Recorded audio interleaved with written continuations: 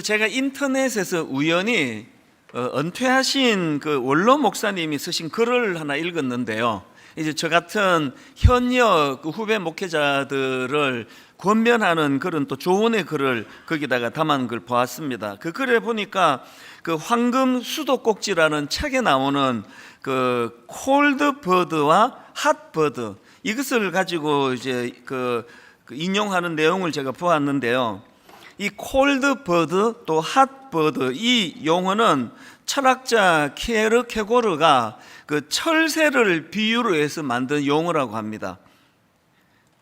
이 철새들이 이제 겨울이 되면은 따뜻한 남쪽을 향해서 이제 먼 거리를 날아오지 않습니까? 그래 와서는 겨울 동안에 이제 따뜻한 남쪽에서 잘 지내다가 봄이 되면은 다시 이제 북쪽으로 날아가는데, 모든 철새가 다 날아가는 게 아니라고 그러네요. 그 철새들 중에는 이 따뜻한 지방에 머무는 동안에 사람들이 던져주는 먹이, 이런 거에 좀 익숙해져 있고 쉽게 먹이를 먹는 것에 좀 길들여져 가지고 이 봄이 왔는데도 이제 북쪽으로 안 가는 철새가 있다는 겁니다. 너무 이제 이 편하고 안락한 것에 길들여져 가지고 남쪽에 온대로 그냥 눌러앉는 철새들을 이제 케르케고르가 콜드 버드라고 그렇게 이름을 정했고요. 또 여기에 반해서 아무리 이제 이 겨울 동안에 있었던 이곳에서 먹이를 쉽게 구하고 사람들이 막 먹이를 던져주는 것을 경험한다 하더라도 여전히 이 새는 본성, 이 원래 새가 갖고 있던 본성인 야성을 잃지 않고, 그래서 다시 북쪽으로 날아가는, 되돌아가는 새를 이거를 핫버드라고 그렇게 이름을 지었더라고요. 그래서 이제 이 케르케고르가 이걸 사람에 빗대 가지고, 콜드버드는 어떤 사람이냐, 편안하고 안락한 것만을 찾다가 목표와 열정을 잃어버린 사람, 이 사람을 콜드 버드라고 그렇게 상징을 하고, 또 핫버드는 어떤 상황에서도 열정을 놓치지 않고 목표를 놓치지 않고 꿈을 향해서 그렇게 달려가는 사람, 이걸 이제 핫버드라고 그렇게 이름을 짓는 거라는 겁니다. 제가 읽은 그 글에서 은퇴하신 원로 목사님이 이런 내용을 가지고 저 같은 현역 목사들에게 이제 권면하는 그런 내용의 글들이 쭉 열거가 됐는데요. 그 원로 목사님의 글 일부를 한번 읽어드리겠습니다. 하늘은 날 수 있는 날개가 있는데도 날려고 시도조차 하지 않습니다. 이러한 쿨버드가 된 그리스도인과 교회를 향하여 케르케고르는 이렇게 외쳤습니다. 오는 세대는 기독교회의 숫자가 부족해서 망하는 것이 아니라 하나님을 향한 열정이 부족해서 망할 것이다. 그러므로 나이가 들었다고, 경륜이 쌓였다고 쿨버드로 안주하지 말고 핫버드가 되도록 노력하며 살아가야 한다. 참 뜨거운 열정으로 목회를 시작하고 열심을 다하여 주의 교회를 섬기다가 교회가 점점 커지고 여러 가지 면에서 안정이 되고 하면은 이제 편한 데 익숙해져 안주하는 철새처럼 그렇게 될 위험이 있다. 이거 큰일 난다. 이런 걸 이제 경고하는 글을 제가 읽으면서 이거는 하나님께서 이 원로 목사님을 통해서 제게 주시는 경고구나. 그래서 이제 창립 21주년이 되는 이 시점에서 정말 하나님 앞에서 다시 한번 초심을 회복하기를 원하면서 그렇게 그 글을 간절히 읽었던 기억이 있습니다. 그런데 사실 인간이요, 이 날 수 없는 쿨버드로 전락하는 이유는 그저 안주하고 편하고 이래서만은 아닙니다. 오히려 반대가 더 많습니다. 너무 사는 게 편하고 안락해서 그렇게 변질되는 경우보다는요, 아무리 몸부림치고 애를 써도 이게 풀려지지가 않아가지고, 그래서 마음이 낙심이 되고 용기가 점점 꺾여가고, 그래서 너무 많은 좌절을 겪어서 날개가 꺾이듯이 꺾여버리는 인생이 훨씬 많습니다. 교회만 해도 그렇지 않습니까? 한국에 5만 교회, 6만 교회가 있다지만 분당 우리 교회처럼 이렇게 안정적으로 이런 교회는 많지가 않고요. 지금도 아무리 노력을 해도 미자리 교회 그 상태에서 벗어나지 못해서 너무나 지치고 힘들어 있는 이런 목사님들이 많은 게 사실이거든요. 그래서 저같이 너무나 하나님의 은혜를 많이 받은 목사가 그저 내 교회 그러면 저는 그게 범죄 행위라고 생각을 해요. 너무 애썼는데 잘 안 되는, 그래서 날개가 꺾여버린 그런 교회들을 조금이라도 도와드리고 그들이 다시 일어설 수 있도록 용기를 주는 이런 일이, 이게 이제 필요한 거 아닙니까? 그러다 보니까 그 원로 목사님은 너무 안주하고 편하게 지내다가 그만 변질이 되는 걸 조심하라고 하는 그 말씀도 제가 잘 받았지만, 저는 그 원로 목사님이 글을 읽는데 그 일제 강점기 때 유행했던 희망가, 이 노래가 떠오르는 겁니다. 이 희망가 여러분 아시죠? 이 풍진 세상을 만났으니 너의 희망이 무엇이냐? 부귀와 영화를 누렸으면 희망이 족할까? 푸른 하늘 밝은 달 아래 곰곰이 생각하니 세상 만사가 춘몽 중에 또다시 꿈 같도다. 여기 나오는 이 풍진 세상을 만났으니 할 때 이 풍진을 제가 사전을 찾아보니까 바람에 날리는 티끌을 풍진이라 그런대요. 그러니까 이 풍진 세상이라는 게 무슨 뜻입니까? 편안하지 못하고 어지러운 세상이에요. 막 마음이 흩날리는 것처럼 이런 심란한 풍진 세상을 살아가는 그 청년들을 이제 그렸던 게 이 희망가라고 그러는데요. 제가 지난 3월 1일 3.1절입니다. 그때 제가 어디를 향해 간지는 지금 기억이 안 나는데 차를 몰고 어디를 향해 가고 있는데요, 라디오에서 이 노래가 들린 겁니다. 이 3.1절이니까 이제 이런 노래가 많이 들려진 것 같아요. 이 풍진 세상을 만났으니 너의 희망이 무엇이냐. 본의 아니게 완전 할아버지처럼 불렀는데요, 라디오에서 이제 그 운전하면서 가는 라디오에서 들리는 이 구슬픈 노래가 그날따라 제게 감정이입이 됐습니다. 그래서 마음에 이렇게 눈물이 핑 도는 겁니다. 요즘에 이렇게 풍요롭고 자유로운 그런 세상이라 하는데도 젊은이들이 참 일이 잘 안 풀리고 그래서 날개가 꺾인 것처럼 그렇게 좌절한 청년이 많다는데, 1930년대 이 노래가 유행했다 그러거든요. 태어나 보니까 나라는 일본 사람들에 의해서 그렇게 식민지가 되어 있고, 그래서 그냥 그 일본 사람들이 왜 그렇게 우리한테 그렇게 그 못되게 굴은지 모르겠습니다. 너무나 아픔을 많이 주고 상처를 많이 주고 그래서 펴보지도 못하고, 그래서 이 희망가라는 노래를 부르면서 구슬픈 그런 노래더라고요. 그 마음이, 제가 그날 굉장히 옛날 그 일본 강점기 시절에 그 자랐던 청년들, 청소년들을 생각하니까 굉장히 마음이 그날 제가 이렇게 울컥하는 걸 경험했거든요. 제가 오늘 이 본문 말씀을 묵상을 하다가 바로 그때가 떠올라졌습니다. 왜냐하니까 지금 배경이, 상황이 일제강점기에 낙심하고 좌절해 있던 젊은이들의 모습하고 오늘 본문에 나오는 이스라엘 백성들의 모습이 너무 비슷해요. 상황이 굉장히 비슷합니다. 나라가 두 동강 난 것도 어떻게 이렇게 똑같습니까? 그리고 또 그것도 북이스라엘과 남유다로 이렇게 나라가 지금 나뉘어져 있는데, 우리나라보다 역사가 더 불행합니다. 그 두 동강 난 나라 중에 북쪽 이스라엘은 아수르라는 강대국에게 망해버렸습니다. 그리고 지금 남아있는 남쪽 유다도 지금 바벨론이라는 강대국 앞에 그 풍전등화예요.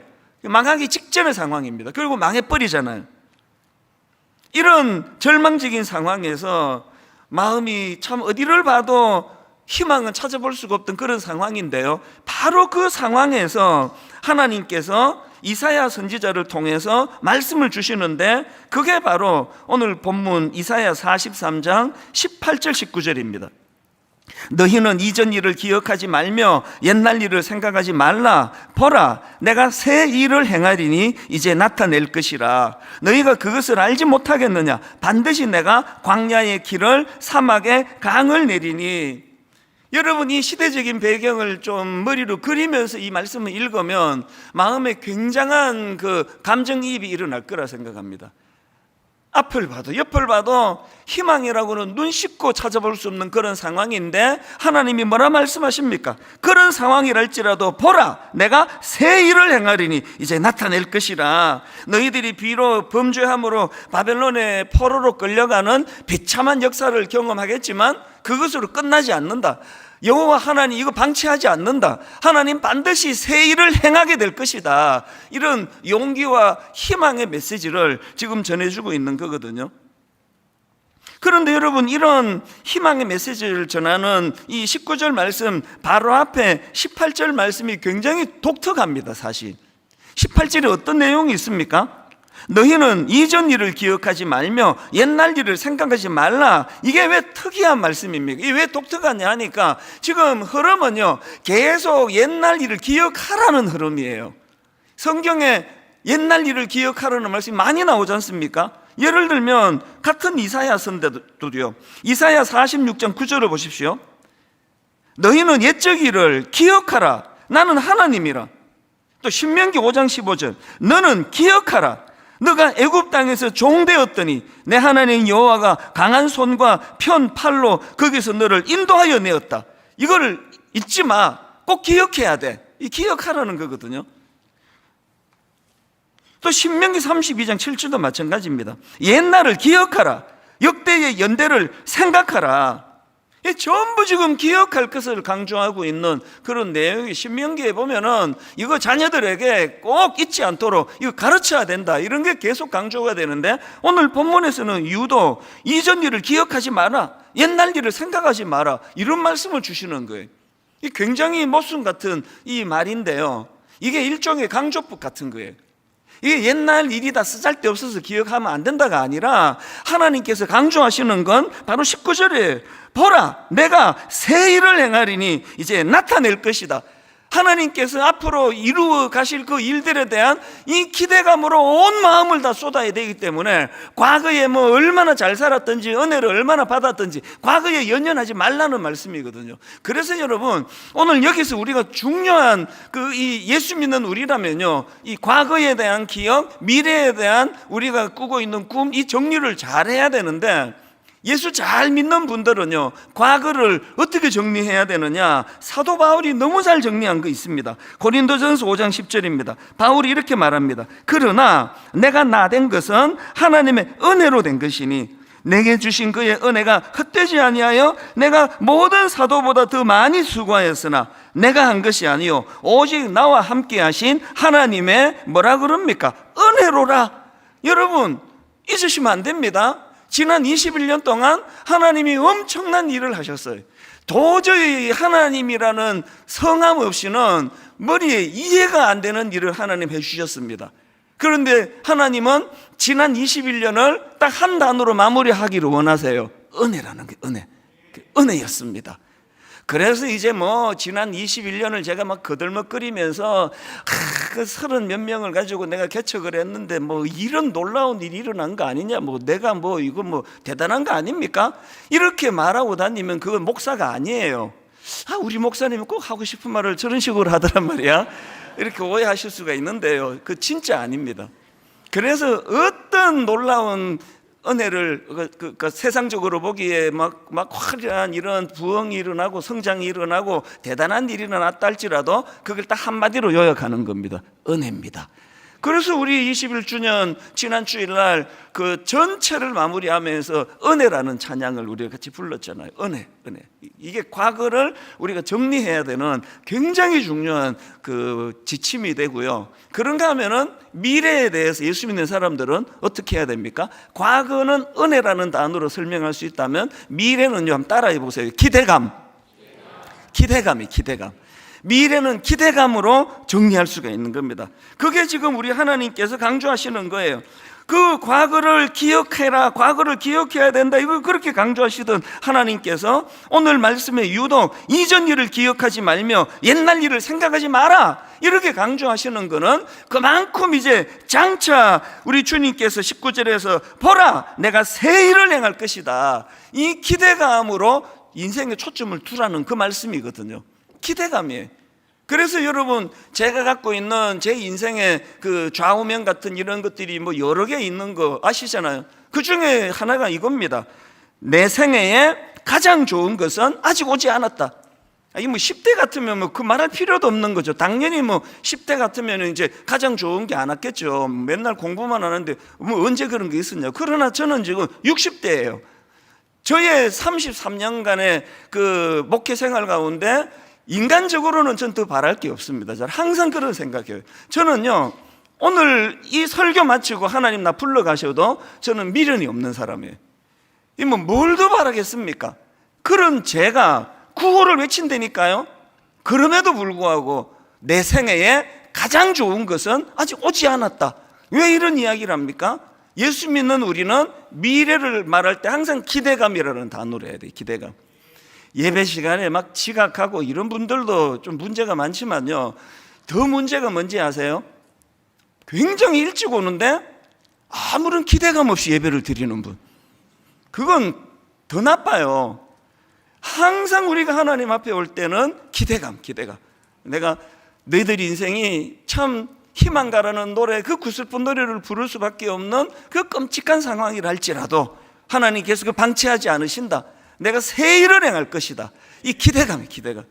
그래서 하나님 앞에서 여러분들이 예배를 드리고 나면 항상 과거에 대해서 감사가 나와요. 하나님이 이렇게 은혜로 인도해 주셨네. 너무너무 일이 잘 풀리는 거는 뭐 그대로 감사로 받으시면 되고요. 참 어려운 인생의 터널을 지나는 중에 계시다면 하나님이 이 일을 통하여 연단해 주시고 이 하나님의 시험을 잘 견뎌내므로 이제는 미래를 생각할 때 하나님 앞에 기대감을 가지는 거예요. 하나님, 내 인생 어떻게 이렇게 끝나도록 내버려 두시겠습니까? 이 기대감.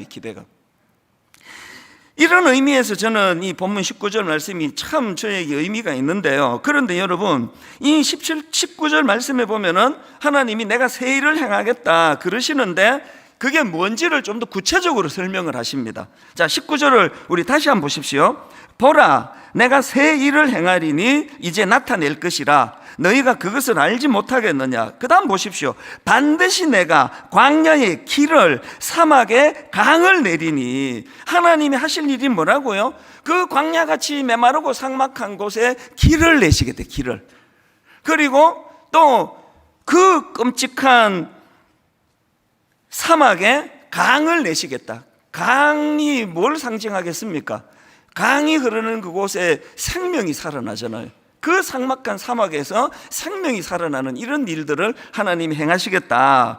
그러고 보면은요, 바로 앞에 나와 있는 본문 맨 처음 시작이 이렇게 시작하잖아요. 16절 17절. 나 여호와가 이같이 말하노라. 바다 가운데 길을, 큰 물 가운데 지름길을 내고 병거와 말과 군대의 용사를 이끌어내어 그들이 일시에 엎드러져 일어나지 못하고 소멸하기를 꺼져가는 등불 같게 하였느니라. 지금 하나님이 과거에 하신 그 일들 중에 하나 예시를 드는 게 뭡니까? 홍해에 길을 내셨다는 거예요. 뒤에서 애국 군대가 잡아 죽이려고 달려들고 앞은 홍해로 가로막혀 있기 때문에 이거는 인간적인 관점으로 절망이에요. 이거 어떻게 할 수가 없는 상황이에요. 우리 다 죽은 거예요. 그랬을 때 이게 하나님의 창의력입니다. 하나님께서 홍해를 갈라 길을 내셨다는 거예요. 그 길을 내신 분이 여호와 하나님이시다. 그 하나님이 예시를 드시면서 너희들의 미래가, 장차 너희들 인생이 참 이 희망가라는 노래를 부를 수밖에 없었던 같은 그런 절망적인 상황에 할지라도 하나님은 그 절망적이고 낙심된 막다른 골목에서 하나님은 길을 내시는 분이에요. 그래서 저는 하나님에 대한 이미지는 길을 내시는 분이에요. 길을 내시는 분. 이런 관점으로 십자가를 묵상하다 보니까요, 십자가도요, 그 하나님이 길 내시는 도구예요. 십자가가 인간이 범죄함으로 하나님께 나가는 길을 다 잃어버렸습니다. 길이 다 사라져버린 거예요. 우리가 하나님 나라로 가는 길이 지금 없습니다. 그러니까 맨날 이 눈에 보이는 이 땅에서 그냥 치고받고 막 전쟁터처럼 그렇게 살아가거든요. 그런데 주님의 십자가를 통하여 하나님 앞으로 나가는 길을 열어주신 거예요. 십자가는 하나님 앞으로 나가는 길입니다. 그 도구예요. 이런 점에서 저는 하나님은 길을 내시는 분. 이건 이론이 아니라 제가 경험했다고 여러 번 말씀드렸을 거예요. 20대 초반에 내 인생은 동굴에 갇혔거든요.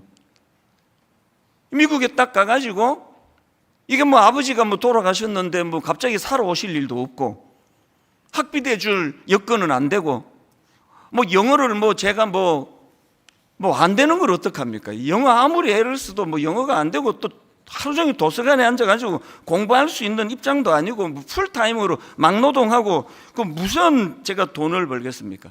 그래서 아까 제가 그 쿨 버드, 핫 버드 그랬더니 우리 부목사님이 저한테 연락이 왔어요. 목사님이 뭐래더라?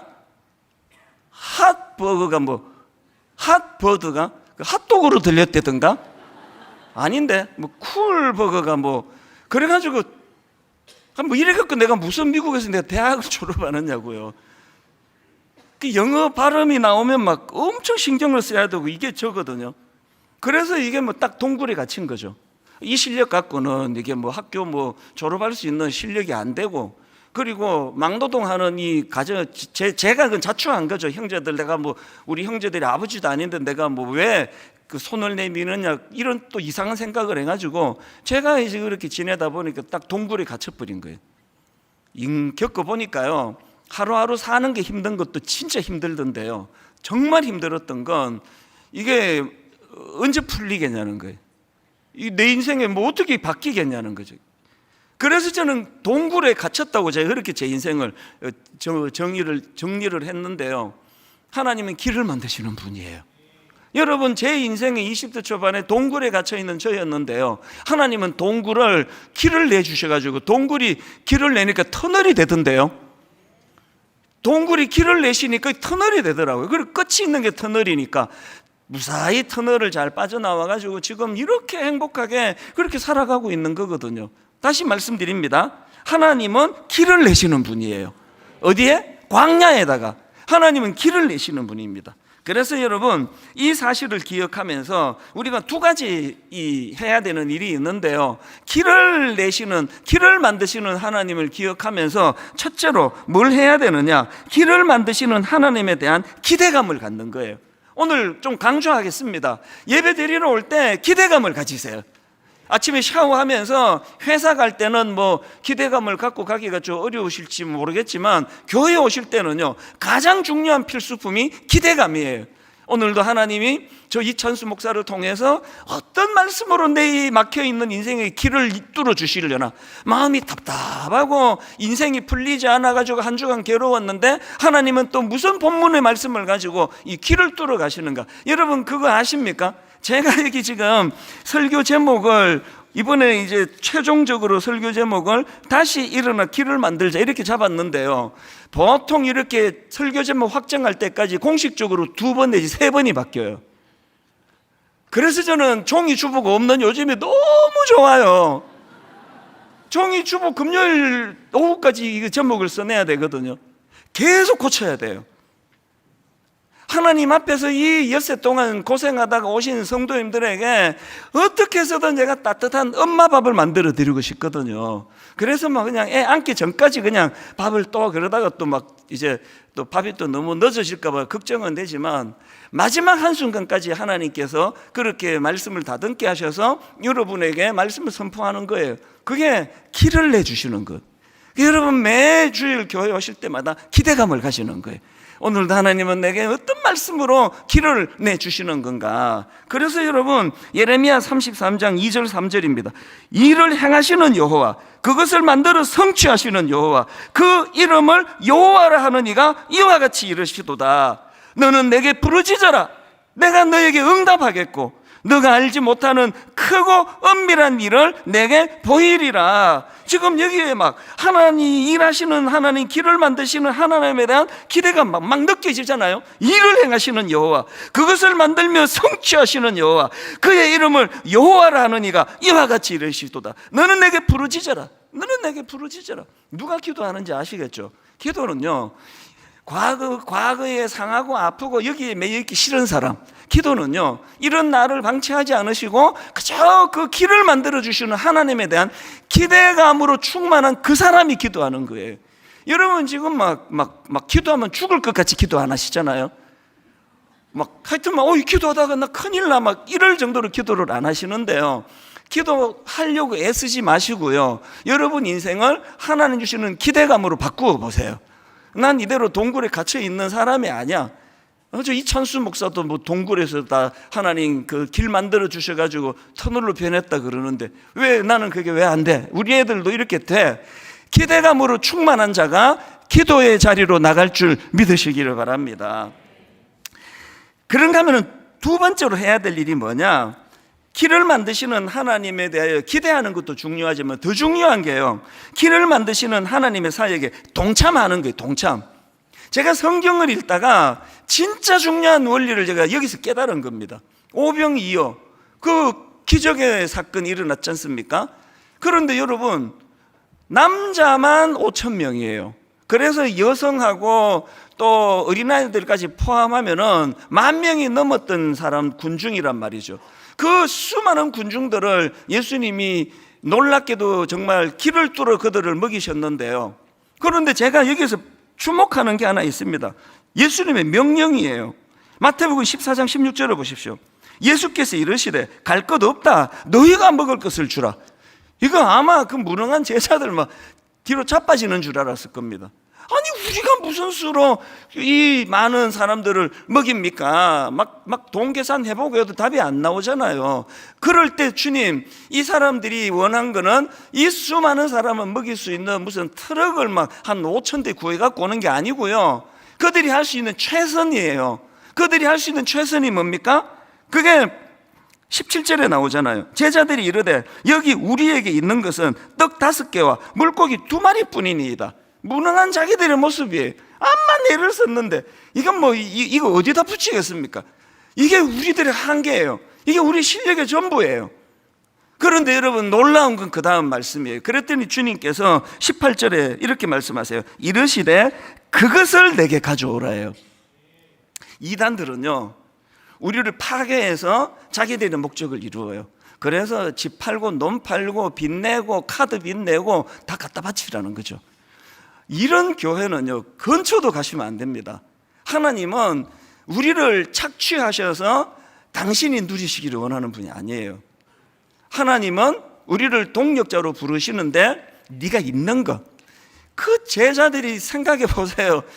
그 제자들이 참 구하려고 온 데다 디대다 겨우 구한 게 애 도시락. 애도 울린 건 아닌지 모르겠어요. 내놔. 우리가 있는 게 이게 어린애 도시락밖에 없습니다. 그랬더니 주님께서 그거 내게 가져와라. 하나님은요, 우리가 가진 어린애 도시락 같은 미미하고 보잘것없는 이것을 통해서 하나님은 일하시는데 왜 그러시느냐고요. 그 어린애 도시락이 없으면 예수님이 일을 못 하십니까? 왜 그렇게 하시느냐고요. 하나님은요, 놀라운 길을 만드시는 그 사역에 우리를 동참시키기 원하세요. 우리가 거기에 동력하기를 원하세요. 하나님이 미국 시민권 갖고 있던 저를 얼마나 그냥 저를 필요로 하셨으면 그거 다 반납하고 한국으로 돌아와가지고 그 연로하신 어머니하고 제가 헤어진 지가 33년째예요. 하나님은 왜 그렇게 하시느냐고요. 저 없으면은 지장이 생깁니까? 제가 21년 전에 여기 분당 우리 교회를 개척 안 했으면은 분당 지역에 엄청 문제가 생깁니까? 제가 미국에서 나 안 가겠다고 하나님, 난 불순종하겠다 그랬으면 한국 교계에 문제가 생깁니까? 아무 일도 없었을 거라 생각하거든요. 근데 왜 미국에 있는 저를 한국으로 불러가지고 저는 40살까지 미친 듯이 돈을 벌어가지고 고아원 하나 차리고 양로원 하나 차리는 이런 놀라운 꿈을 갖고 있었는데 그 꿈을 다 왜 변경하면서 날 오게 하셨냐고요. 33년이 지난 지금 제가 내린 결론은 뭐냐? 하나님은 저를 동력자 삼으시기 위해 불러주셨는데 그 혜택은 제가 누리는 거예요. 제 기쁨을 위해서 불러주신 거예요. 하나님이 제가 요긴해서 부른 게 아니에요. 분당 우리 교회에 제가 없었다고 한다면 더 유능한 목사님이 오셨겠죠. 무슨 원리인지 아시겠습니까? 하나님은 500여의 기적의 현장에 우리를 동력자로 부르세요. 그것도 아시잖아요. 또 그 물을 포도주로 바꾼 그 사건에서도 주님께서 하인들을 쓰세요. 그 항아리에 물을 부어라. 그것도 이상하잖아요. 어차피 무에서 유를 만드실 건데 그 하인들 보고 그거 왜 시키시느냐고요. 그 좀 생각해보면 코미디 같아요. 그 물 안 부으면 그 주님이 일을 못 하십니까? 우리 주님이 그렇게 불완전한 분이냐고요. 하실 수 있습니다. 그런데 왜 하인들 보고 물을 부으라 그러느냐고요. 그 말씀의 결론을 아시잖아요. 뒷부분의 결론이 아니라 하인들이 이런 이야기를 하잖아요. 막 수많은 사람들은 그 기적의 포도주 마시고 벌컥벌컥 막 행복에 막 죽을 것 같은데 하인들은 그거 한 방울도 안 마셔도 물 뜨거운 하인만 하는 기쁨을 누리는 거거든요. 자꾸 뭐 헌신해라 뭐 해라 그러면 여러분은 막 긴장부터 하시는데요. 하나님이 그 여러분 주머니에 그 몇 푼을 못 빼먹어가지고 그 어린애고 사탕 빼먹듯이 그런 분 아니에요. 오병이어의 기적의 현장에서 제자들이 가져온 그 작은 도시락을 통해 말로 나올 수 없는 일을 펼치시는 그 하나님, 여러분 인생의 기대감이 되십니까? 여러분 인생의 길을 만들어주시는 하나님은 한번 경험하고 싶으세요? 그러면 그 하나님의 사역에 기대감으로 바라볼 뿐만 아니라 아무것도 하는 일 없는 것 같아요. 여러분, 만 몇천 명을 먹이고 12광주리가 남는 그 일에 어린애 도시락이라는 게 그게 무슨 의미냐고요. 그런데 이걸 주님께 드렸더니 이게 길이 만들어지는 도구가 되더라니까요. 자기 홀랑까 애거 뺏어가지고 그냥 홀라당 까먹으면 그 한나절 그 요기도 안 되는 거거든요. 이 두 가지를 기억하셔야 됩니다. 우리 하나님께서 우리 삶 가운데 개입하시고 하나님께서 미래를 우리에게 꿈을 꾸게 해주신다면 첫째로는 길을 만드시는 하나님에 대한 기대감을 가지는 거예요. 풍성한 인생은요 지금 풍성해서가 아니에요. 많아서 그렇게 풍성한 게 아니라 벅찬 감격과 기대감을 갖고 살면 그 인생이 풍성해지는 거거든요. 그런가 하면은 길을 만드시는 하나님 사역에 동참하는 겁니다. 오늘 여러분 가평우리마을 영상을 드디어 이제 나눌 수 있게 돼서 저는 너무너무 행복한데요. 딱 계산해 보니까 권사님께서 통장 도장 그 큰 금액을 주시고 가신 지가 이게 거의 10년이 됐습니다. 그 10년 동안 제가 가평우리마을을 놓고 마음고생한 것은요 이루 말로 다 못해요. 왜? 이게 수양과 비슷하게 돼버릴까 봐. 엄청 그렇게 잘 지어놓고는 막 우리끼리 즐기는 곳이 될까 봐.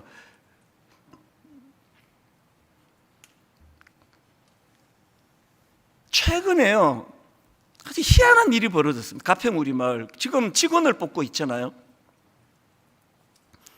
그 용인 고기리에 가면은요 유명한 그 브런치 카페가 있습니다. 이제는 문을 닫아버렸기 때문에 지난주에 닫았어요.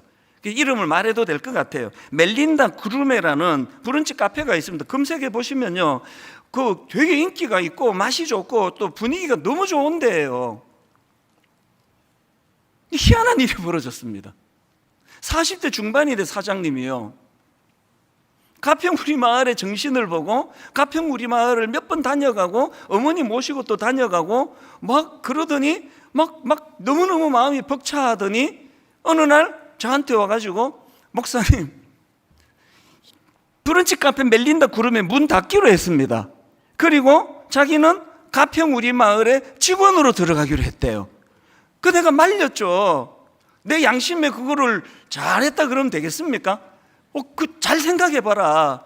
솔직히 나로 봐서는 당신이 여기 온다면 가평우리마을에 이건 뭐 천군 만마를 얻는 것 같이 좋은 일이에요. 그러나 나조차고 아니 생각을 해봐라. 지금 그렇게 지금 잘 되고 있는 그 카페를 문을 닫고 사장님이시던 그런 사람이 가평우리마을에 그 직원으로 들어온다는 걸 그걸 내가 좋다 그러면 내 양심 불량 아닙니까? 그래서 말렸거든요. 잘 생각하라고 신중하라고 속으로는 와주기를 바라면서 계속 말렸어요. 이분이 뭐라고 말하는지 아십니까? 목사님 제가 거기 브런치 카페를 오픈하고 11년이 됐는데 그게 사람이 알려지고 계속 이제 그 종업원들하고 이제 수고해서 음식 만들어내고 또 돈 받고 음식 만들어내고 돈 받고 하는 그 기쁨은 이제 더 이상 기쁨이 되지 않는다는 거예요. 가평 우리 마을의 정신을 설명을 듣고 현장을 방문하고 가슴이 뛰더래요. 이제 내가 돈을 버는 이거보다도 내가 만든 이 음식을 가지고 상해에 있는 우리 젊은이들이, 마음이 무너져 있는 우리 장애인 부모님이 거기서 이런 음식을 먹고 힘을 낼 걸 생각하니까 막 활력이 생긴다는 거예요. 너무 가슴이 뛴대요. 그래서 결국은 접었잖아요. 그리고는 이제 가평 우리 마을, 그래서 사실 너무 감사하죠. 이런 일이 어떻게 가능할까요? 하나님 모르는 사람은 이거는 정신 나간 짓이에요. 있을 수가 없는 일입니다. 근데 가슴이 뛴다는데 어떡합니까? 왜 그렇다고요? 도시락 갖고 하나님께 간 거예요. 길을 만드는 그 일에. 이제 여러분 영상을, 가평 우리 마을 영상을 보실 텐데요, 저 영상을 여러분 보시기까지 진짜 잘 지었거든요. 그 설계하신 건국대 강병근 교수님께서 재능 기부하시는데요, 돈 한 푼 받지 않고 일주일에 하루씩 가서 진두지휘를 했습니다. 제가 그분 별명을 지어드렸어요. 어린 왕자라고. 이분이 만드신 그 뿌띠 프랑스가 그게 또 어린 왕자를 컨셉으로 한 거기는 해요. 너무너무 순수하신 거예요. 또 이해가 안 되는 거, 가평 우리 마을에 이 랜드의 박성수 회장님이 총 지배인급 간부를 포함해서 2사람을 거기다가 보내주는 게, 제가 알기로 그 사비를 들여서 하는 걸로 알고 있습니다. 그리고 그것뿐입니까? 이 랜드는 그런 그 외식 사업부, 뭐 리조트 이런 데가 굉장히 잘 돼 있기 때문에요, 전문가들을 가평 저 먼 데까지 전문가들, 이 랜드 전문가들이 와서 다 살피고 조경 뭐 전체를 다 도와주고 있어가지고요, 그 이 랜드에서 안 도와줬으면은 이거 이렇게 못해요. 오픈도 지금 9월 달에 할 수가 없습니다. 이게 어떤 일이 일어나느냐고요?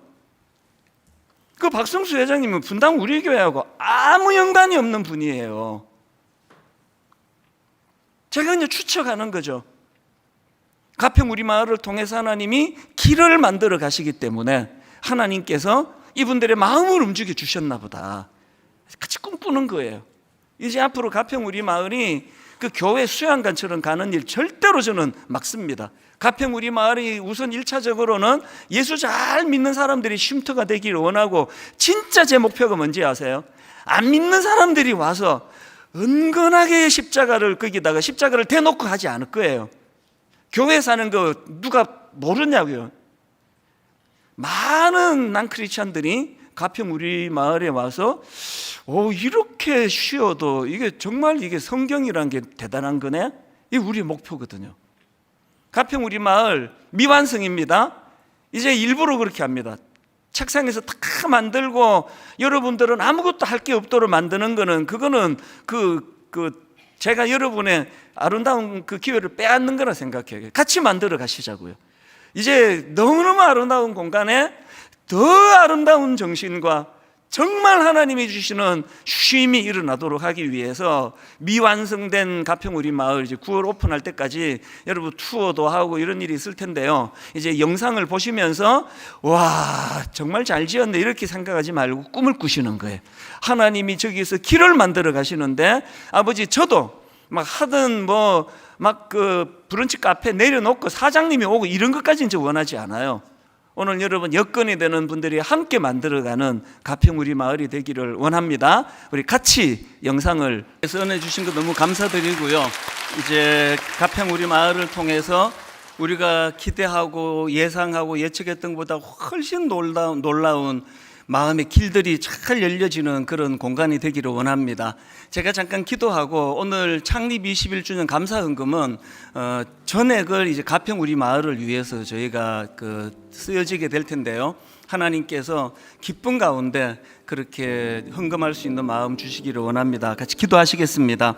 하나님 아버지, 너무나 저희들 인생 가운데 참 뚫고 나갈 힘이 없어 동굴에 갇혀 있는 것 같은 삶을 살 때가 많은데, 하나님 은혜로 아버지 그 동굴을 길을 내주셔서 터널을 만들어주시는 은혜로 종이 그리고 수많은 성도님들이 참 그 터널을 잘 지나올 수 있게 되었습니다. 하나님, 우리가 장차 하나님 이루어 주실 놀라운 일들, 그 위대한 일들이 광야의 길을 만드는 것이라고 말씀해 주셨는데, 하나님 사막에 강이 생명이 살아나는 역사가 하나님 일하신 가운데 일어나게 하여 주시옵소서.